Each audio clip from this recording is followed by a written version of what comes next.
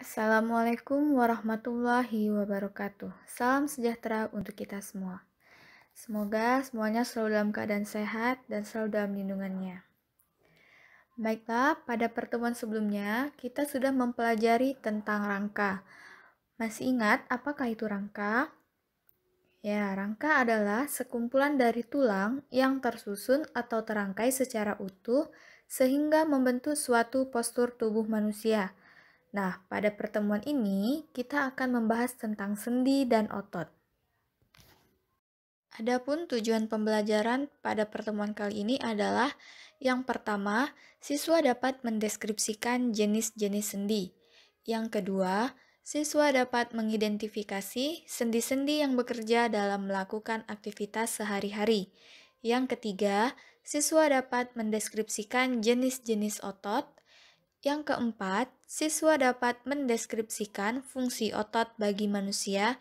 Dan yang terakhir, siswa dapat menyebutkan jenis-jenis gerak yang melibatkan otot yang bekerja di bawah kesadaran. Persendian atau artikulasi. Tulang-tulang dalam tubuh manusia ini saling berhubungan. Hubungan antar tulang itu disebut dengan sendi. Menurut sifat geraknya, sendi dibedakan menjadi 3 macam, yaitu sinartrosis, amfiartrosis, dan diartrosis. Yang pertama itu adalah sinartrosis atau sendi mati. Sinartrosis adalah persendian yang tidak memungkinkan terjadinya gerakan. Sinartrosis dibagi lagi menjadi 2. Yang pertama sinifibrosis dan yang kedua sikondrosis. Sinifibrosis adalah sinartrosis yang tulangnya dihubungkan oleh jaringan ikat serabut. Sinifibrosis terdapat pada tulang-tulang penyusun tengkorak. Daerah sambungan antara tulang-tulang tersebut dinamakan dengan sutura. Sikondrosis adalah sinartrosis yang tulangnya dihubungkan oleh tulang rawan atau kartilago hialin. Sikondrosis terdapat pada ruas-ruas tulang belakang dan hubungan tulang rusuk dengan tulang dada. Yang kedua, amfiartrosis atau sendi kaku. Amfiartrosis adalah persendian yang memungkinkan terjadinya sedikit gerakan. Nah, jadi pada amfiartrosis ini dapat terjadi gerakan, tetapi hanya sedikit. Hubungan antar tulang ini dihubungkan oleh kartilago sehingga memungkinkan terjadinya sedikit gerakan. Amfiartrosis terdapat pada sendi antara tulang betis dan tulang kering. Yang ketiga, diartrosis atau sendi gerak. Diartrosis yaitu persendian yang memungkinkan terjadinya gerakan yang lebih bebas. Pada kedua ujung tulang yang saling berhubungan, terbentuk rongga sendi yang berisi minyak sendi atau cairan sinovial. Sendi gerak atau diartrosis itu tersusun atas kapsula sendi, ligamen, tulang rawan hialin, dan cairan sinovial. Kapsula sendi adalah lapisan berserabut yang melapisi sendi dan di dalamnya terdapat rongga. Yang kedua, ligamen itu adalah jaringan ikat yang menghubungkan dua tulang yang membentuk sendi. Tulang rawan hialin adalah jaringan tulang yang terdapat di ujung tulang dan berguna melindungi tulang dari benturan. Yang keempat, cairan sinovial adalah cairan pelumas persendian yang dihasilkan oleh membran sinovial. Sendi gerak atau diartrosis dibedakan menjadi 5 macam sendi, yaitu sendi peluru, sendi engsel, sendi pelana, sendi putar, dan sendi geser. Kita bahas satu persatu. Yang pertama adalah sendi peluru. Sendi peluru adalah persendian yang memungkinkan terjadinya gerakan ke segala arah. Contohnya yaitu pada hubungan antara tulang gelang panggul dengan tulang paha. Yang kedua adalah sendi engsel. Sendi engsel adalah persendian yang memungkinkan terjadinya gerakan ke satu arah. Contohnya terdapat pada persendian pada siku yang menghubungkan tulang lengan atas dengan tulang hasta. Yang ketiga, sendi pelana. Sendi pelana adalah persendian yang memungkinkan terjadinya gerakan kedua arah. Sendi pelana ini terdapat pada hubungan antara tulang ibu jari tangan dengan tulang telapak tangan. Yang keempat, sendi putar. Sendi putar adalah persendian yang memungkinkan terjadinya gerakan berputar atau rotasi. Sendi putar terdapat pada hubungan antara tulang tengkorak dengan tulang atlas. Dan yang terakhir adalah sendi geser. Sendi geser adalah persendian yang memungkinkan terjadinya gerakan bergeser. Sendi geser terdapat pada hubungan antara ruas-ruas tulang belakang. Selanjutnya yang akan kita bahas adalah otot. Pada pertemuan sebelumnya, sudah disebutkan bahwa otot merupakan alat gerak aktif. Nah, otot merupakan alat gerak aktif karena mampu menggerakkan tulang. Jadi, rangka merupakan alat gerak pasif. Otot adalah alat gerak aktif. Rangka tanpa otot itu tidak dapat bergerak. Mengapa? Karena yang merupakan alat gerak aktif itu adalah otot. Jadi otot inilah yang mampu menggerakkan tulang. Sel-sel otot mempunyai kemampuan berkontraksi dan berelaksasi. Nah, pada saat otot berkontraksi, otot akan mengalami pemendekan atau pengerutan dan mengeras. Sementara pada saat otot berelaksasi, otot akan mengendur dan kembali ke ukuran semula. Jenis otot. Berdasarkan struktur dan jenisnya, ada 3 macam otot, yaitu otot polos, otot lurik, dan otot jantung.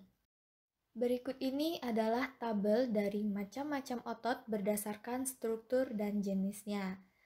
Nah, sebelumnya tadi Ibu sudah bilang bahwa otot itu dibedakan menjadi 3, otot polos, otot lurik, dan otot jantung.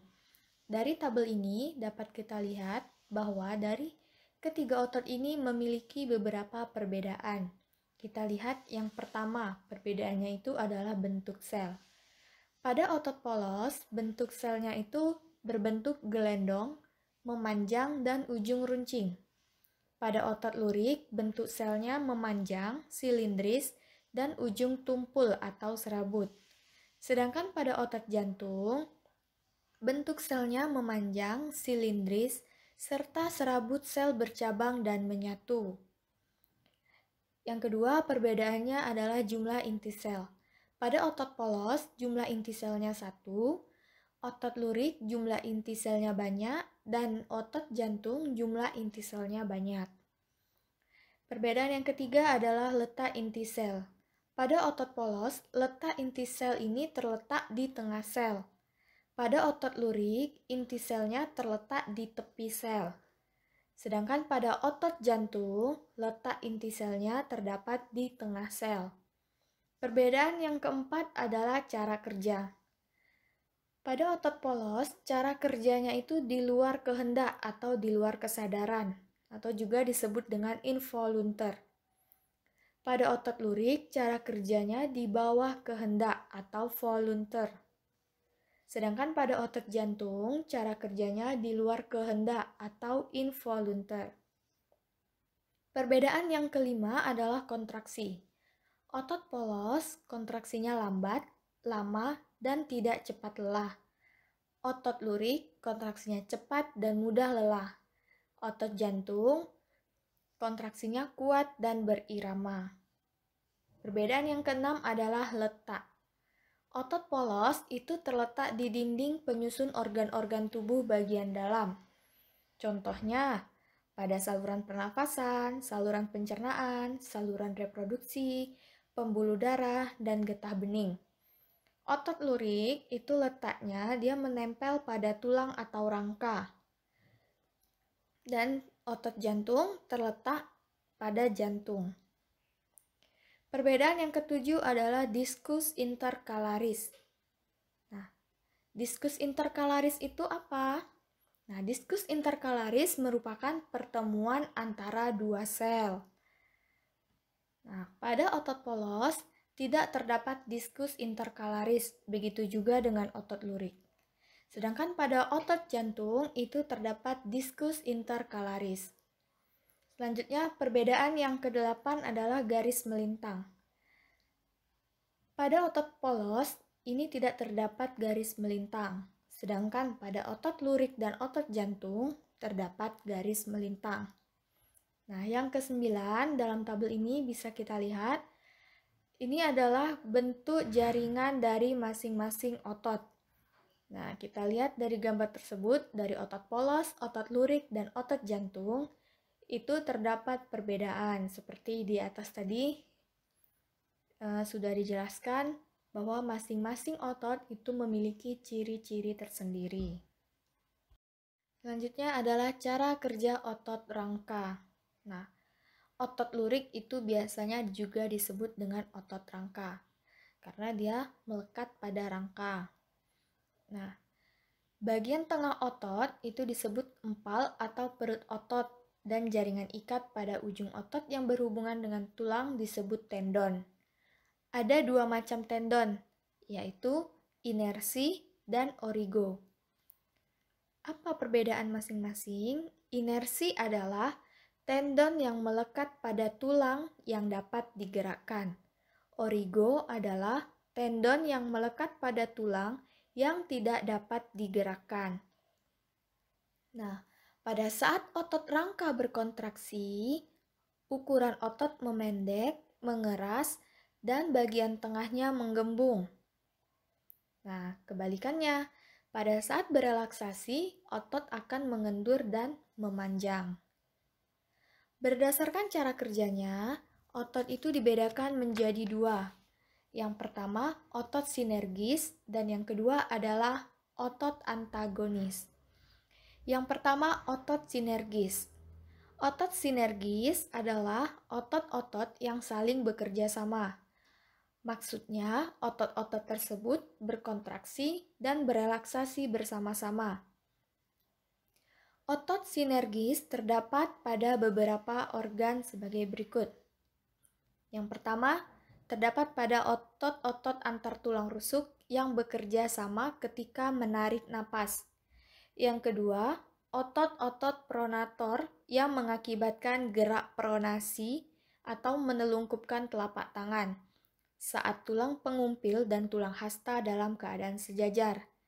Dan yang ketiga, otot-otot suprinator yang mengakibatkan gerak supinasi atau menelentangkan telapak tangan saat tulang hasta dan tulang pengumpil dalam keadaan menyilang. Yang kedua, otot antagonis. Otot antagonis adalah dua otot yang bekerja berlawanan.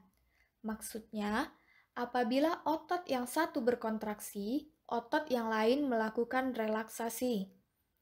Otot antagonis terdapat pada otot bisep dan otot trisep. Otot bisep adalah otot yang memiliki dua ujung tendon atau hubungan antara tulang dan otot dan terletak di lengan atas bagian depan. Otot trisep adalah otot yang mempunyai 3 ujung tendon yang terletak di lengan atas bagian belakang. Otot bisep dan otot trisep dapat menimbulkan dua gerakan. Gerakan apa saja? Kita lihat. Yang pertama adalah gerak fleksi, dan yang kedua adalah gerak ekstensi. Gerak fleksi yaitu mengangkat lengan bawah. Terjadi karena otot bisep berkontraksi, sedangkan otot trisep berelaksasi. Yang kedua, gerak ekstensi atau menurunkan lengan bawah. Terjadi karena otot bisep berelaksasi, sedangkan otot trisep berkontraksi. Nah, baiklah, selesai sudah materi kita pada pertemuan kali ini. Untuk pertemuan selanjutnya, kita akan membahas gangguan dan kelainan pada sistem gerak dan upaya dalam menjaga kesehatan sistem gerak. Jika ada salah, saya mohon maaf. Saya akhiri dengan wabillahi taufik wal hidayah. Wassalamualaikum warahmatullahi wabarakatuh.